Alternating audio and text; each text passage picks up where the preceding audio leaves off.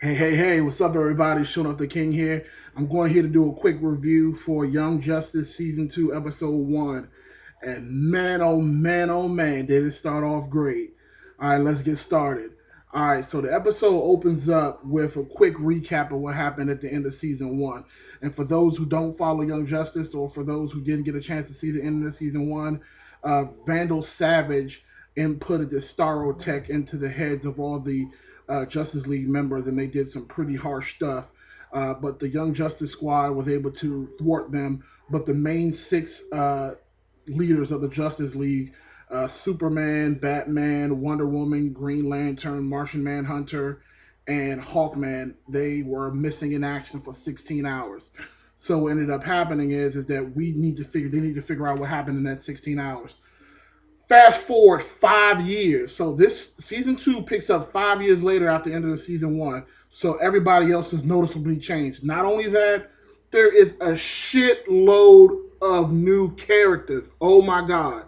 So the episode starts off with Superman chasing somebody in the sewers, and it just so happens to be Clayface.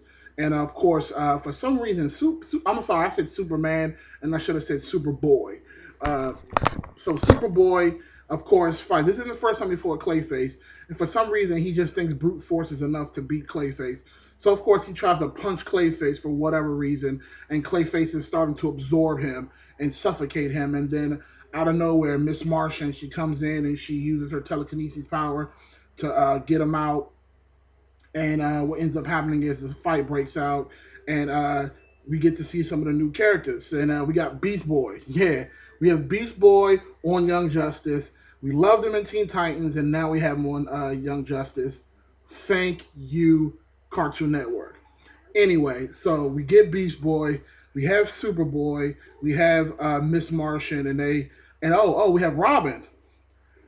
I'll get to that. I'll get to that too. So we have Robin. Robin throws his little batarangs and it has the electricity in it. And, Clayface shakes it off and he's like, ha ha ha, that doesn't work on me anymore.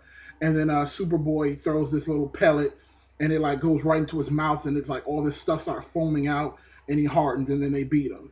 So then the scene shifts back to the watchtower, and then we have Nightwing training. I think his name was Lagoon Boy. I've never seen him before. I'll call him Lagoon Boy for now. If you guys remember what his name is, let me know in the comments. But anyway, he's training with Nightwing, and then everyone comes back to the cave. So, and we have like I said, there's so many new characters. We have I think her name was Lady B, Bumblebee. We have Bumblebee, Beast Boy, Nightwing, Robin, Superboy, Miss Martian, Cannonball, Zatanna. She was pretty hot too, by the way. And again, keep in mind this is 5 years later, so everyone else has grown up. The original team is still there. Now I didn't see Aqua. I didn't see Kid Flash. I didn't see Aqualad or who else was missing? There was a couple others missing from the main squad. I'm hoping they're going to still be on the show. Just they were probably just not. Every now and again you're not going to see every character. So basically, the whole premise of this episode is that then we skip to Lobo. Yes, Lobo. Lobo was also in this episode. So we already had Clayface, which was a decent fight. Then we have Lobo, and Lobo is hunting down some politician, and we get Batgirl. We get Batgirl, and then we get Wonder Girl, who is, I guess, the younger version of Wonder Woman. And they're trying to stop Lobo, and he's talking his trash like Lobo does. And Lobo's a badass. I gotta admit, Lobo is an underrated villain from the DC universe, and he needs a little bit more respect.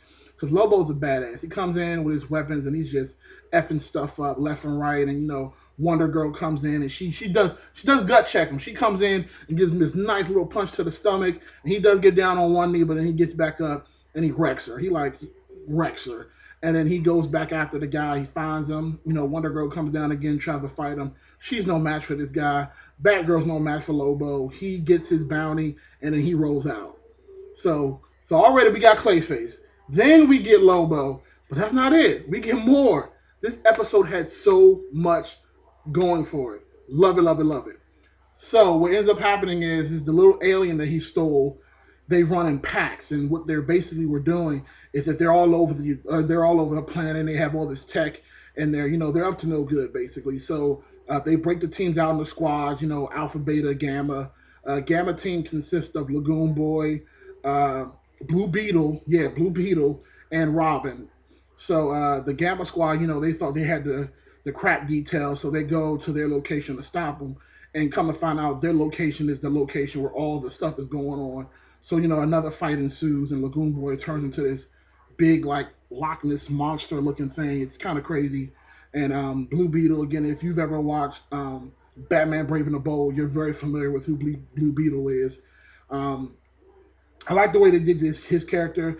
It's like basically this season looks like they mixed Young Justice with Justice League Unlimited, and I'm loving it. There's nothing more love than just jamming in all these superheroes into one episode. It's great. I'm so happy they did that, and I'm going to definitely be watching this season. It's supposed to be a bigger arc. It's just called the Invasion, so a lot of stuff is going to be going on. Oh, on a side note, Superboy and Miss Martian are no longer an item. Yeah, that surprised me too. She's actually dating Lagoon Boy. Uh, yeah, I'm hoping they're gonna flush that out. If I had to guess, Superboy was probably being a douchebag. Him and Miss Martin got into a fight, and again, he's the little brooding type. So it's something it was probably his fault, based on what I'm saying. So anyway, I'm going to give this episode a 4 out of 5. Actually, I'm gonna have to give this episode a 4.5 out of 5. So many action scenes, so many new characters, and this is exactly how you start off a season. Loving the show, loving everything that's going on. Again, this is Showing Off the King. Be easy.